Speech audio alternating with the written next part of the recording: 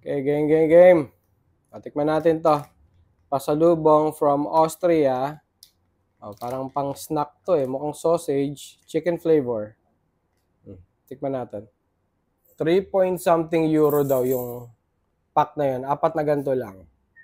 So, hindi niya matandaan saktong presyo eh. May normal na hotdog lang. No? Tikman natin. Okay. Normal na hotdog lang. Hindi mo lasang aparador. Akala ni Nix lasang aparador daw eh. So ako muna pinatesting niya. Pero mas tough siya kasi nga mukhang parang mas matagal yung shelf life niya siguro. No? Pero yun. For me, typical na